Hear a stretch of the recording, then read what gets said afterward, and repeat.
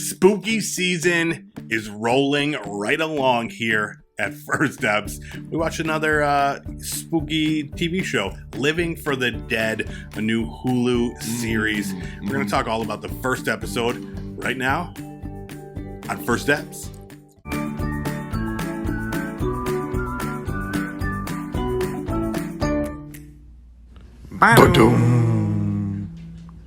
What's up, everybody? Welcome back to another episode of First Eps, continuing our spooky, new series. Our schedule, our lineup. Our spooky lineup.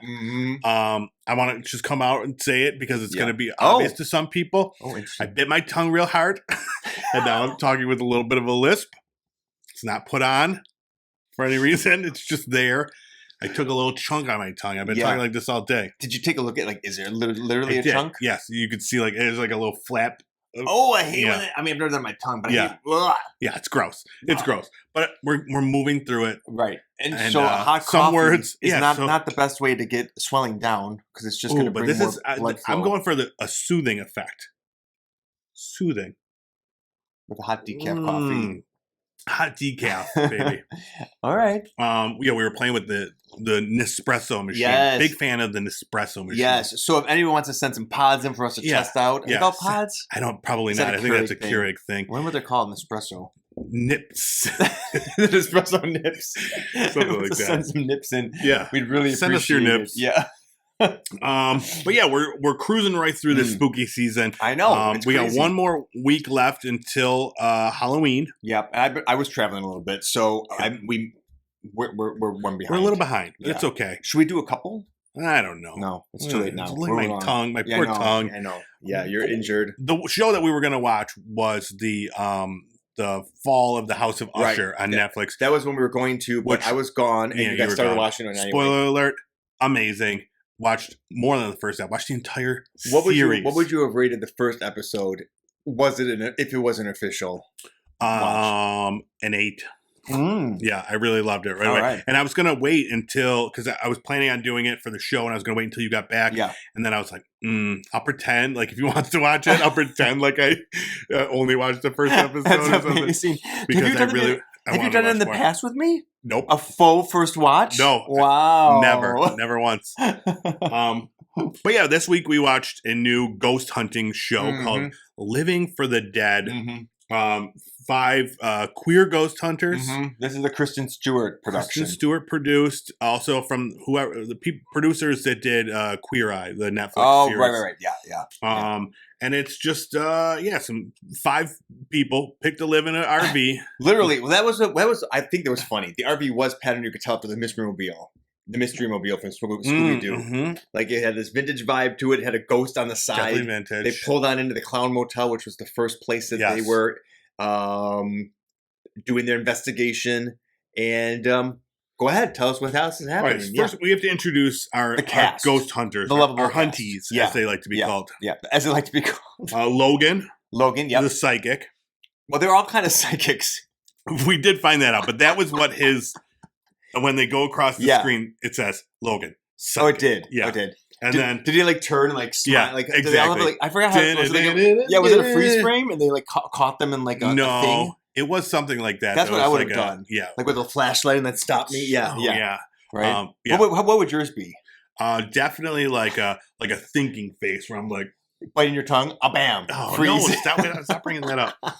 Then we have Alex. She's the ghost hunter. Yes. Yeah, that's her paranormal investigator, basically. Yeah. She had the blonde hair. Yes. Yeah. Ken is their tarot card reader. Right. Tarot reader. Yeah. Roz, paranormal researcher. Yeah, love her. She's one of my favorites because I watched, or I guess I listened to her podcast. Yeah. And then Juju is the witch/healer. They said healer too? Yeah. Well, I guess I didn't watch this. No, you didn't. I'm excited to see how much. I paid a lot of attention throughout the whole show. In and out. You came in and out. I think you would get distracted ooh, I have to look up this spooky place, or who's this queer icon? I must have been, and then all of a sudden I was back. But I didn't see. So she's the healer too, huh? Yeah. Wow. Well, they made mention of it. I love a good healer. But yeah. So and then you got Kristen Stewart as the narrator, Right. leading us through Yeah, but she our didn't tale. show up at all. No, she was not Just there. vocally. Yes. Yeah. So yeah, their first. So every episode, it's going to be a new thing. They go to a place and they try to figure out if it's haunted, what the reason is, and if they can help somebody along the way. And I learned from the podcast, from Roz's podcast, because she's had each of the individual other 4 folks that are part of the team with her on each week. And you're talking with them about the experience and all that kind of stuff. And she said that the show, as it airs, in the episode order, is the episode that they were recorded in. Oh, interesting. So you will see them kind of evolve the relationships, and the show kind of evolves over the course of time. Which I was like, okay, so to me that was cool because I felt, we'll talk about it more, that it needs a little more evolving. Absolutely. So it's nice to hear that this really was they just literally got thrown into this. Nice. They were starting out, and so I like having you with the behind the scenes. I actually know this stuff for this. This is the first time ever in the history of First Steps that I know more about it than usual. Did she mention like how it's recorded at all?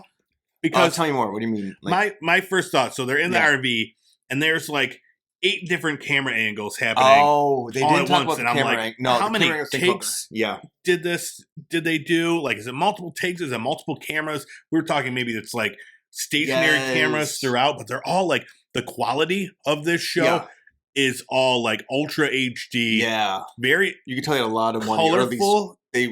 Either they had a lot of money or a lot of passion or both. I don't know what. But it was filmed beautifully. Yeah. So the first one they go into, it's like a clown motel in Tonopah, Nevada. Right. Wait, have you heard of that before? It's a pretty famous haunted location. It's terrifying for many reasons because it's literally all these clowns, which, so many people have fears of. And on top of it, it's haunted. Yeah. So, and we meet the owner of the establishment, Haim. Which I thought was going to be the Haim sisters. Yeah. And I literally thought they're going to have like the guest stars come in. Yeah, like, hey, you want a mama? And I'm like, that's a good impression. This is not the Haim that I know, but she's making her, like bass faces, making her like faces. She's there, she's twitching away, and everyone's loving life. But no, she wasn't different there. Haim. No. And then my favorite part, VJ comes out from the back room, and then there's like this sound effect, like doom, like a scary sound effect. Oh, that's right. And I screamed. Yes, you literally gasped. No offense, VJ. It was the way it was edited. So I forgot about that part. If anyone has seen Mulholland Drive, there's a creature who lives behind like the Denny's clone, or there's a restaurant. It's not Denny's. I don't remember what it's called. Sure. But there's a creature that lives behind the dumpster. And it literally does the same thing that VJ did. And it kind of like skeets on out the side of the dumpster, and the guy screams and like has a heart attack. Yeah, and that's what VJ did. He tried to skitch out, and then they made that sound effect. Yeah, and I literally I did a gay gasp. You gay gasp for sure. It was amazing. It was great. But like it set you kind of figured out then what's going to happen because right then like the sound was very much like if there was a scary moment they would play like stuff like that, or if there was something that was supposed to be more sentimental, they would then like put this like slow guitar music, and I was like, really, guitar. It was like, okay, this is what we're feeling. Very much. If you've ever seen like an episode of Queer Eye, it's like the same thing. They're like, okay, and then like tell us. I never thought about that. Yeah, tell us your trauma, and then there's like the slow thing, and it's like, that's a good point. I forgot about that, about the Queer Eye connection, which makes a lot of sense because I'm sure we'll talk about it more. Yeah. So their mission is to stay over. Their mission, should they choose to accept it. I kind of like find words that have less S's. Is to stay over. I don't hear it now. I'm so used to it. Okay, good. When I listen back to this, I'm going to be like just so annoyed. But they're going to stay over in this motel. Yeah. And right off the bat, they go to their rooms. Ugliest rooms ever. Like, why? Well, I don't understand. This is where I got a little bit lost in the whole thing. Like, because they're like, okay, we're here to like figure out why this is so haunted, why it's so scary. Right. And then they're scary, literally, not just clowns, not like fun clowns that happen to be a little bit scary. Like murderous like clowns on painted all over the walls. That was what I found really confusing myself too, because like you said about the music, that's a great point. Because I remember when they were talking to Haim, he was like, I love clowns. I always found them joyous and happy, and I wanted to bring that to people. It just so happens this is haunted. And I'm like, okay. And they play like the sad music when he was talking about, or the happy music, or like Yeah. the reminiscing music. Right. And then we're looking around, like you said, the hotel, and I'm like, well, hell, like this is not happy. These are terrifying clowns. Yeah. I mean, if you are scared of clowns, they would have been effective. Actually, it's effective if you're not scared of them. Right. Giving you that feeling. But there was this tension between what was being said by production and what we were watching. Yeah. Like in terms of the setting. So already I was a little bit mystified by that. And they're like, so the owner is absolutely like leaning into the scary clown thing. It's got to be because Someone it's like the only thing that's like bringing in people to this. No one wants to stay in a fun clown hotel. Right? I mean, I don't think I want to stay in it. It was fun or scary. I think fun clown for a lot of people doesn't equate to scary. I thought we were going in a different direction, that no one wants to stay in this town in general. Well, that's the only reason they want to stay in the town. I'm sure people do go to this motel specifically because it's scary or haunted. Right, because the first thing he said was like, welcome to America's scariest motel. Like, that's his selling point. Yeah. And then the whole time they're trying to tell us, like, we're going to figure out why this is haunted and fix it. Yeah. And they do get to it in the end, and we'll talk about it. Yeah. But, like, it was just weird. It was definitely mixed signals. Right? It did, yeah. We did then learn something very important. Roz used to be a clown. I didn't know that. No, it was very exciting. She's in there making clown balloon dicks. It was a balloon animal. Well, she also made a balloon dick. She did? Yeah, she gave it to Logan. He's like, I must have missed that one. Yeah, I guess I was. And he was like, it's going to give me syphilis or whatever. And she was like, clowneria. Oh, I do remember that now.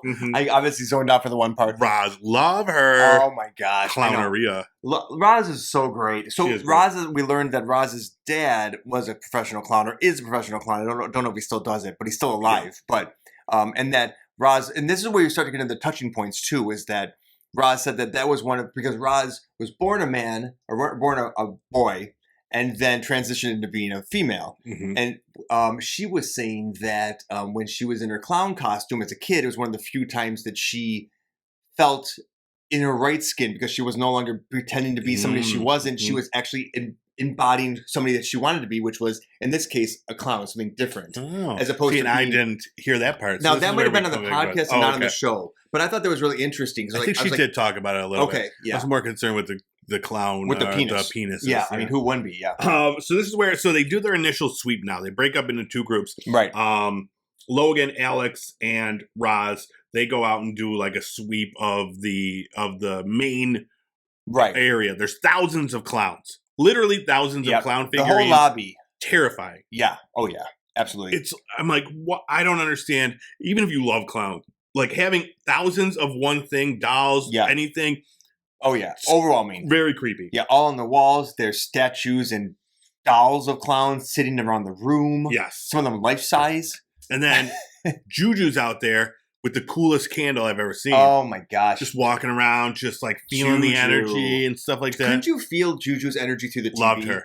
She was my second favorite of the group. Yeah. Roz, Juju. Roz doesn't bring anything to the ghost hunt. Right. Roz is she's just there sassy, for the entertainment. Exactly, exactly. Like it's like, yeah, you can't have a scene without Roz. Yeah. But like Juju has like this energy about her that just translates so well. It was really interesting. I have never seen her before.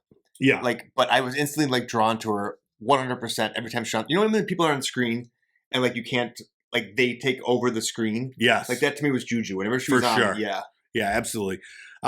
And like, I'm not going to get into tons of details about the ghost. There's a guy named Charlie who supposedly was haunting the place. Who is part of the cemetery, like literally like right on the parking lot. Just also, and then they pan over. There's like a cemetery. Like Charlie's also buried here. He brought like, the first 20 clowns in or something. Yeah. I don't know. And I was confused about that too, because I was like, wait, I thought that the owner Haim brought the clowns in. Yeah. I don't. It was weird, because then even like the ghost hunters were getting like mixed kind of signals from like, does Charlie want them there? Is it another? There was like the trickster. The trickster who was not Charlie. Yeah, it was a tall guy who put was the hand there through like supposed menacing. Yeah. But some cool things. Alex, the ghost hunter, All her gadgets were bedazzled. She was cool. Yeah, Very fancy. She also had in her room, her cases had like those pink neon lights in them when she opened them. Yes. She was really cool too. She was cool. Yeah. Very, very pretty. Yes. So, like, beautiful. strikingly. Yeah. Definitely. If she's not a model, she could be just as easily. Yeah. A ghost hunting model. Yeah, absolutely. Exactly. I mean, yeah.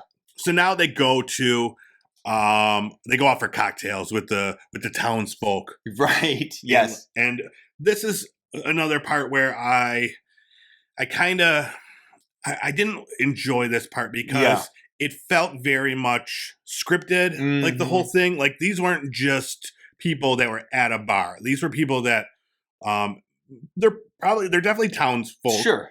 But they definitely went through the audition process to see if they were allowed to be at the bar. Like what story do they have and what were they going to bring? Exactly. For it? Yeah. And because then one of the patrons at the bar was talking about how her son was non-binary, and then it went back to that sentimental music where, like, you know, it was very like, it was like the town needs our help because like there are people like us here too, and like it's not just about exclusionary. It's like everybody needs help, and we're here to provide the kind of help what we can provide. Yes, which is a cool message. It is, but it felt a little bit forced because.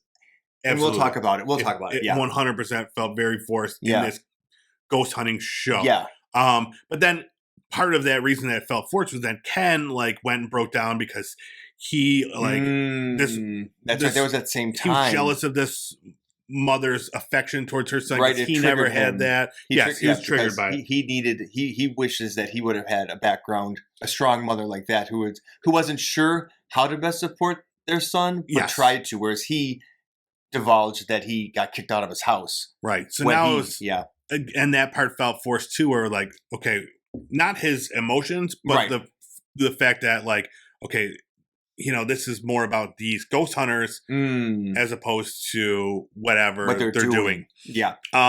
So then the next day happens. They talk about what happened in the night. Alex saw like a mass. Roz just saw Ken's feet.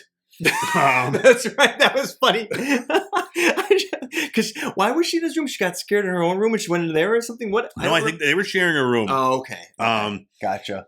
And then another very cool part for me, they have the what is it? The ghost box or whatever, the spirit box. Oh yeah. Alex's spirit box is like this oldie time like jukebox looking thing. Now sometimes they look like that, and I try to look online. Yeah, those.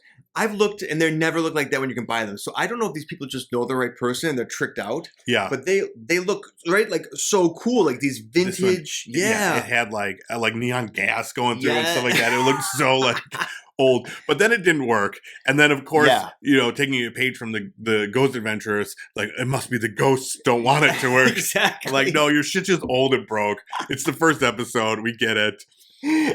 Wah, wah. Yeah. Oh, Alex. Yeah. But then, like, they have an idea that they're going to use Ken as the spirit box. See, now this is where I got really confused. You did get confused. I was so confused because so let's talk. So in this episode, now just to make sure that I'm following this correctly. So Ken also has psychic powers. I feel like they all have psychic powers except for Roz. Okay.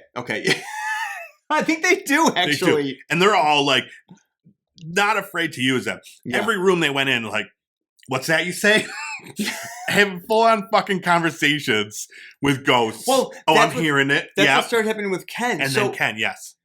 I was so confused. So, okay. So, there's something called, I think it's called the Estes method or something along that lines. And I think we've talked about it before, but it's, you basically put on a spirit box that didn't work, right? But instead of having it play out loud for everybody to hear, you put on headphones and you just hone in to hear what comes through there. But you don't hear what questions are being asked. Right. So like you would ask a question, you know, like, what's your name? And I would hear Ken. I hear Ken. But I have no idea what you just asked. Yeah. Yes. So that's what I thought was happening. But that was not what was happening. He was just channeling. Right. So basically they were asking questions in the parking lot outside of the room. He was by himself and just full sensory deprivation at his night in the terrifying clown room, which he's afraid of clowns too. Yes, exactly. So I did feel for him that. So this is just them torturing Ken, like forcing him in this room. Okay, and then like he was like immediately, but he was getting things like that's why I was like, is he actually hearing this? But no, he was hearing it internally through his psychic abilities, right? I guess. Okay. But he was hearing, like, if it was... Like, if he wasn't plugged into anything, is what I'm saying. I You don't think so. Okay. He was wearing headphones, and I think it was just to, like, block out I think so. sound. Because that's usually what they do is they block out the sound with the headphones, but their headphones are also, like, they're noise canceling, so they can't hear anything outside them, but they also hear the thing. Yeah. But you think his were just purely this was noise canceling. The whole idea of this was because they kept saying how the spirit box is broken, so Ken is going to be the spirit just use his box. power. Okay. So, Yeah. but he worked way better than any spirit box I've seen, because he was just like, I mean, he was could have wrote writhing. a novel with all the things that the ghosts are telling Oh him. my gosh. Yeah. Like a full-on, like... It was like watching a Victorian seance. Like, he's up there channeling. Like, he's literally, like, I was expecting just like when the clowns started levitating and like spinning around the room. Like, while he's doing this. Well, because he completely, like, lost his shit. Yeah. And, like, panicked. And was like, they're telling me they're going to murder me. I got to leave. And I know. Stuff like that. And the thing I thought was a little bit, I was like, at the beginning, they're like, Juju and Alex are going to be there right there with you. I'm like, okay, these two are like the rocks. I'm glad they're with them. They weren't anywhere near him. They're walking around the cemetery. The poor guy's freaking out. Like, this is when Juju needs to be there. Exactly. I was a little disappointed in Juju for that one. Yes. Yeah. They really just fucked with. I think they just like messing with Ken. I think they do like, too. Yeah. Let's just put him in there. It'll be hilarious. Because they left. Like, two of them went to the cemetery, two of them in the room, and they're just like, yeah. Right. Roz is like watching him from a candid camera, like laughing. Exactly. I'm like, oh my gosh. But and then I don't know what they ultimately like the result was either. Like, who was it haunting them? Like, was it this trickster? Was it this Charlie guy? I think it was, they said that the person was upset that the place was. So I think what it was originally this, I think that Haim might have bought this because he liked clowns a lot. And the original person who built the place was the one who died in the cemetery next door. Okay. And that those 20 clowns or whatever that you were just saying, I think I just put it together. I think that person supposedly, from what I remember now, was upset that it had turned into a scary motel when he wanted it to be a loving motel, like an ode to clowns. Okay, not a terror from clowns. That makes sense. So he was disappointed, and that's where the haunting's coming from. Oh, that he's evil or anything. He's just like, this is not the intent. Right. I think that's what Ken ultimately. And that's the best way to stop people thinking you're haunted is by haunting. Well. I think he's just saying, like, I want you to become from a place of love and not from a place of fear. So I'm going to scare you to make you go to that place of love. That's an interesting point you're bringing up here. Yeah. I see where we're going with that. Anyways, so they do then take the information. Well, he's dead. How else can he get the message across Exactly. I don't know. You should have thought about this a little bit more.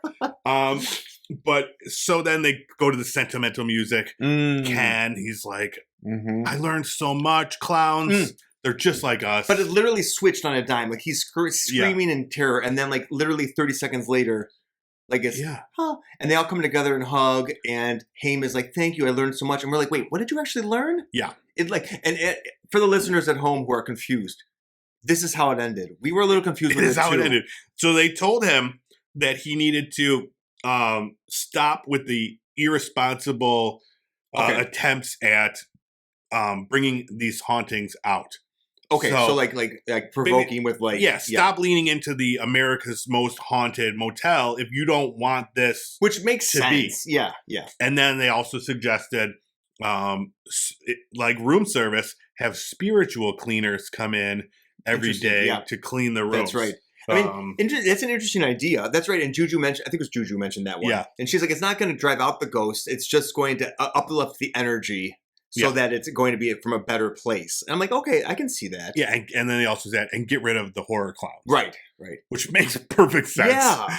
Like, that seems like a very obvious one. So, can we talk about it all now coming together or not now? Did you want to go, I can ask something else? Because that's what, I think this show has, like, at this point in time, an identity issue where it's not quite sure what it wants. Like, is it a ghost investigation? Right. Is it a group of friends who are getting to know each other and kind of open up to us and we learn about their lives through it? Or is it going to help people show like the community members and like help them to learn and explore and grow? And it wants to be all three of them. And this first episode was very difficult to grab onto because I didn't think it did any of them really well. Yes, absolutely. I 100% agree with that. In fact, in an unprecedented first F's moment, I had to see episode 2. You did? Just to see because the way this show is, every Yeah. episode is different. Yeah. You know, it's not And based it's all on sequential. anything. So you would have seen the second one now would be them knowing each Okay. other a little bit more. Yeah. So I had to go and see, like you said, what is this show trying to be? Is it a ghost hunting show? Is it like a lifestyle show? Is it like, Lifestyle, yeah. more focused on, the LGBTQ Right. type things? And I didn't finish the second episode. I was like, all right, I just want to see like what the main Where we taking focus from yeah. is. And it's more of the same. It's very interesting.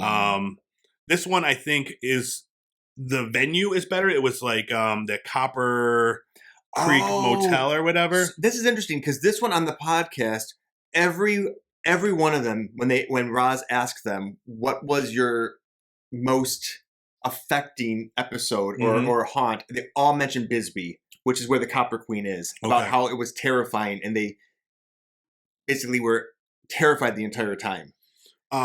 So what that's interesting. So kind of tell at the first steps, what did that translate through? So it did. It was a lot more of the same, like the psychic walks into the room and like, oh, I feel this. I feel it's all. Whereas the ghost hunters, ghost adventurers, they use tools to tell us these places are haunted, to show us. This is more, okay, we need to just believe these people. Yeah.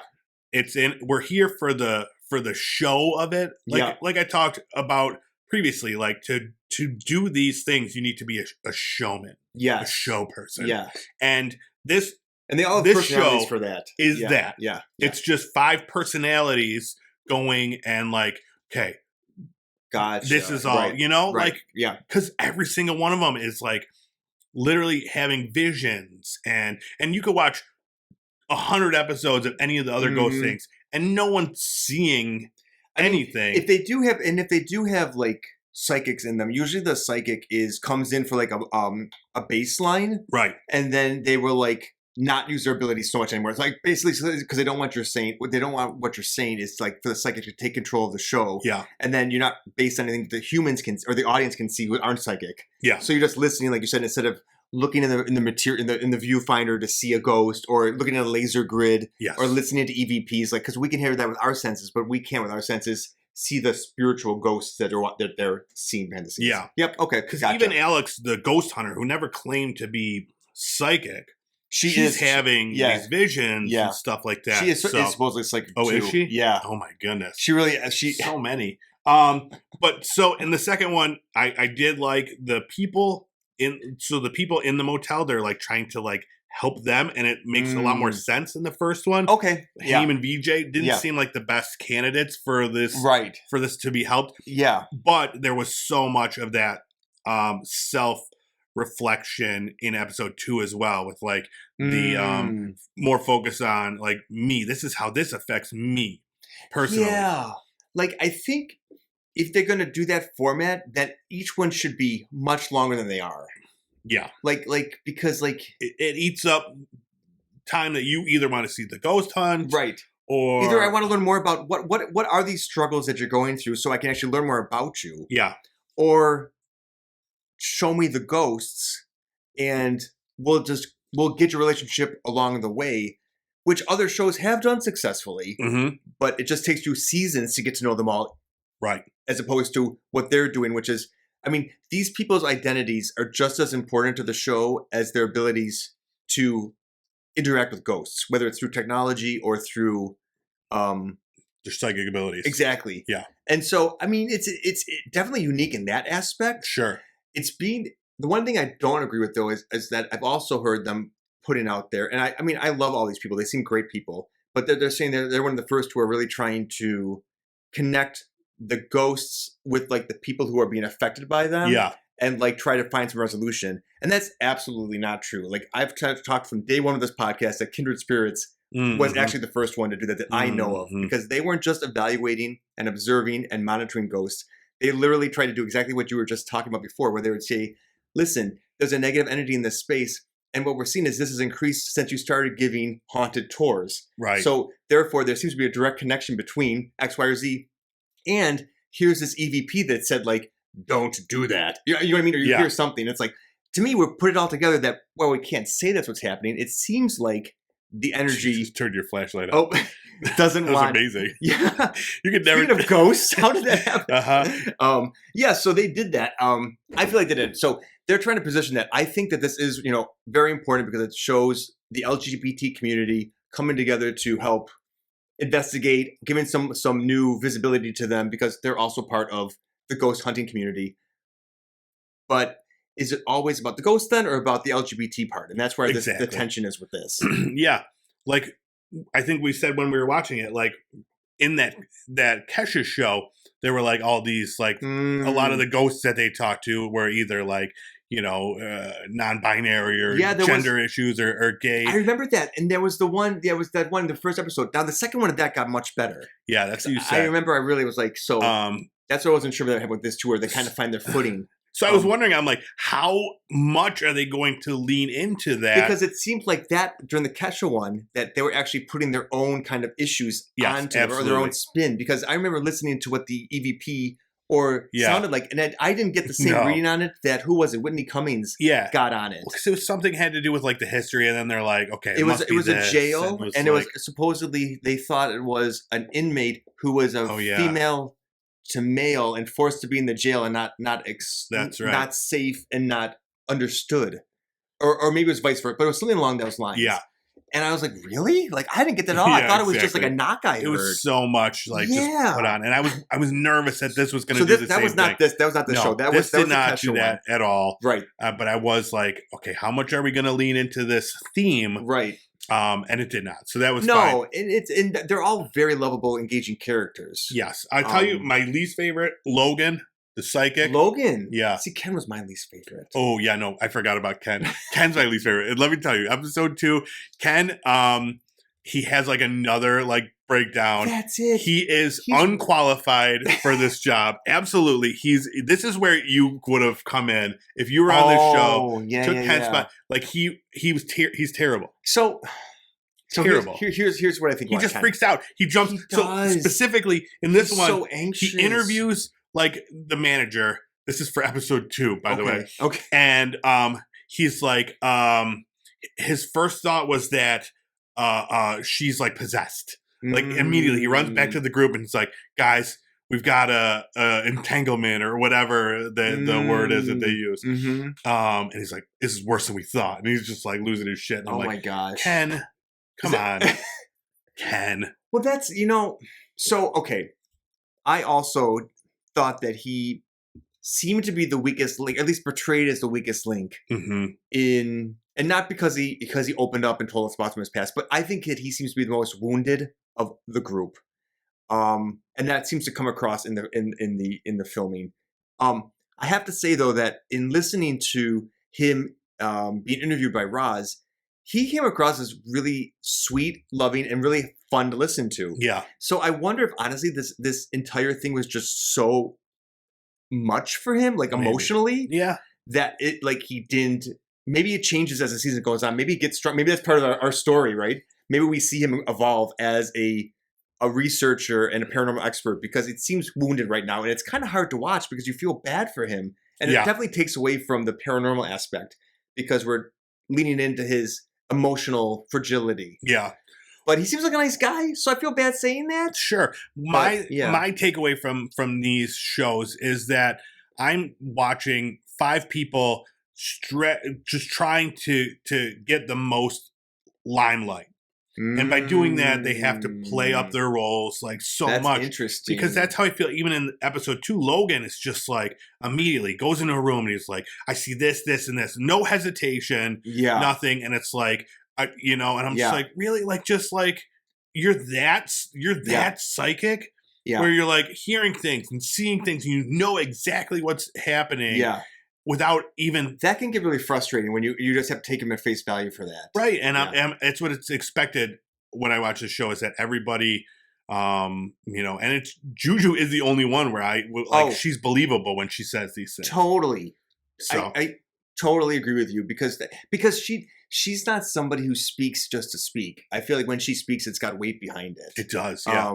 And then Alex, when she does it, she usually has a camera in hand, so she's usually seen something. Yeah. This is the first episode, but yeah, I don't know. Let's give our review of the first episode. What on a scale of 1 to 10, what is your official first apps review of the first episode of Living for the Dead? I will give it a 6. A 6? Yeah. I'm giving it a 4. Mm-hmm. I did not like the first episode. Mm-hmm.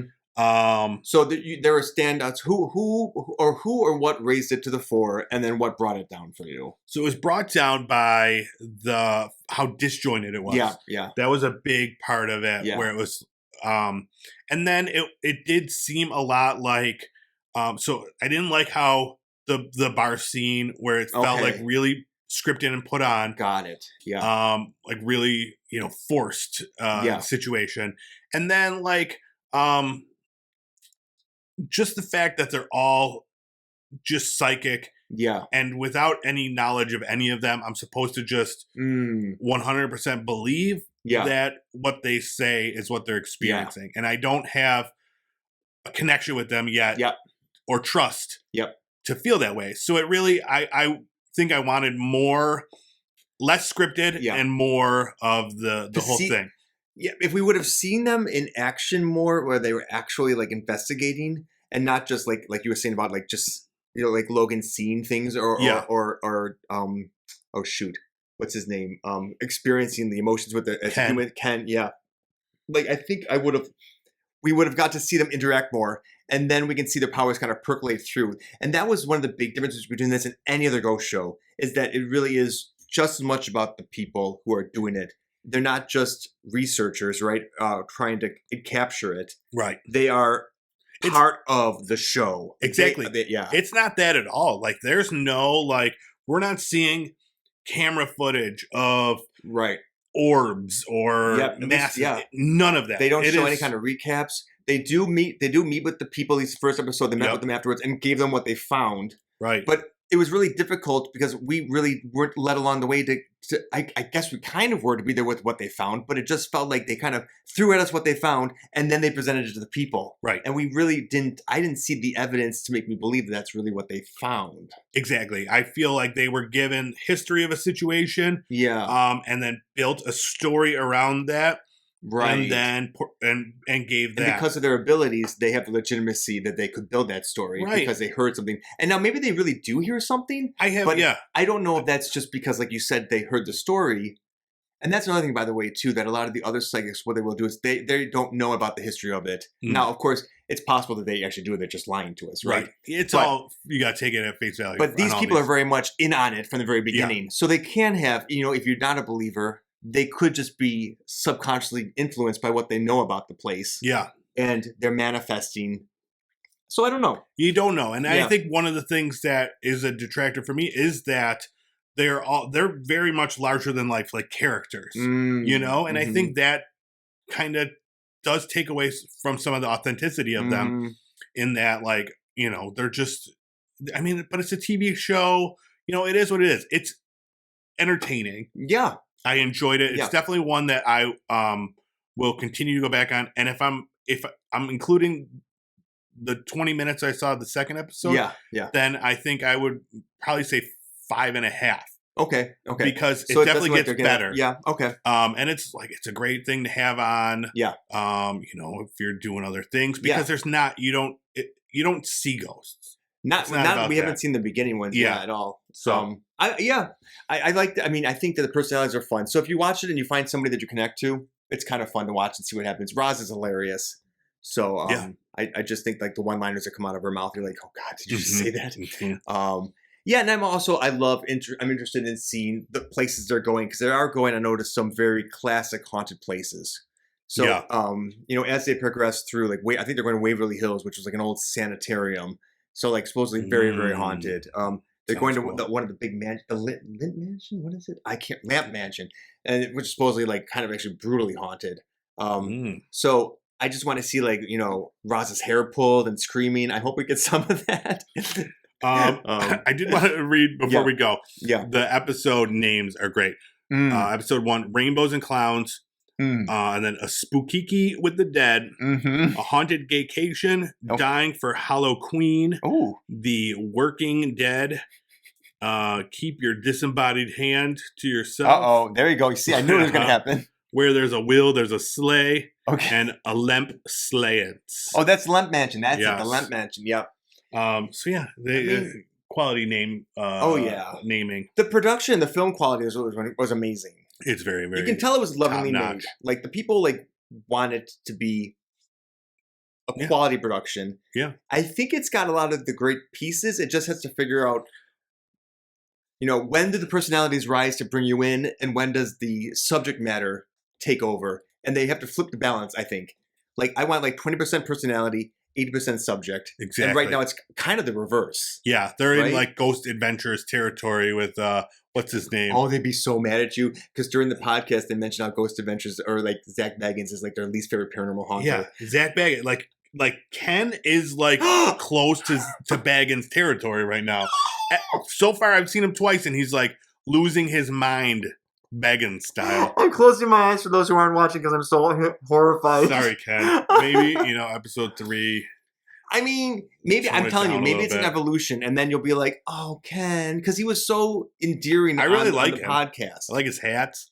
Yeah. I did not like the fingerless gloves. I thought he looked because with the tramp style clown at the clown museum, he looked like he was the clown hotel, trying to be channeling. Yeah, them. he had a little bowler cap on and some fingerless gloves. So I mean, his outfits choices didn't match very well with his clowns. No, but I think going on, it'll be fine. Yeah, episode 2, he looks like a cowboy or something. Oh, he just changes it every time.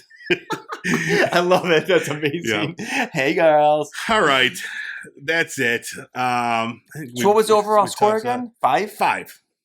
Not bad. Yeah, it's not bad, and it's again, it was definitely in episode 1. It's those ones where it's that episode 1 where it's it struggles, but it can only go up. And I feel that's it wasn't awful that makes you not want to watch it, right? It was middling, and it needs to find its way. Yep, and I hope it does. And if you've watched any further, let us know what you thought. Yeah, does it find its way? I hope so. I'm going to watch more of it, 100%. That's I mean, I watch all my ghost shows, and with Roz on there, your favorite, Roz, and now my new favorite Ken, my new Juju. Oh. I mean, Ken's cool. He's great. All right. Thank you so much for checking out this episode. We'll be back next week with more spooky stuff. In the meantime, go check us out on YouTube at Pop Culture Playground. You can find this show, some other, a whole bunch of other stuff there. And then if you want to just listen to the audio version, anywhere podcasts are found, First Steps, bam, it's going to get you all the sweet audio. Subscribe to that. Yeah. You can listen to all 300 episodes. Do you think, I just had a crystal vision. Oh, let's hear it. Do you think we should do more of the Living for the Dead approach? Which is what? Tell our stories and our our backstories for the audience. People want to know, right? We'll get the sentimental music. And we'll only talk 10 minutes about what we actually want to review. Yeah, and then we'll talk about we'll talk with the community members about what they think about the show. I bit my tongue and it hurts real bad. Exactly. Yeah. We'll have a whole thing about what I was eating. It could be how I felt that day. Yeah. All right. I think they're onto something. So again, in comments, let us know about that. Yeah, let us know. And then go check us. out. Go check us out on our socials, TikTok, Instagrams. We're there doing our thing. And we'll see you back here next week with more spooky first That's the last apps. one, yeah. And then we're in the holiday season. Holidays. Are we gonna watch? That's all Hallmark all the time. Unless there's some some sort of a 5 queer ghost decorators. Oh, decorators. Christmas decorators. We're really mashing it up. Yeah, I there's maybe this whole group transitions into Christmas. They just switch for every season now? Yes. I love this. All right. Stop back and we'll figure it out. We'll see you then. Bye.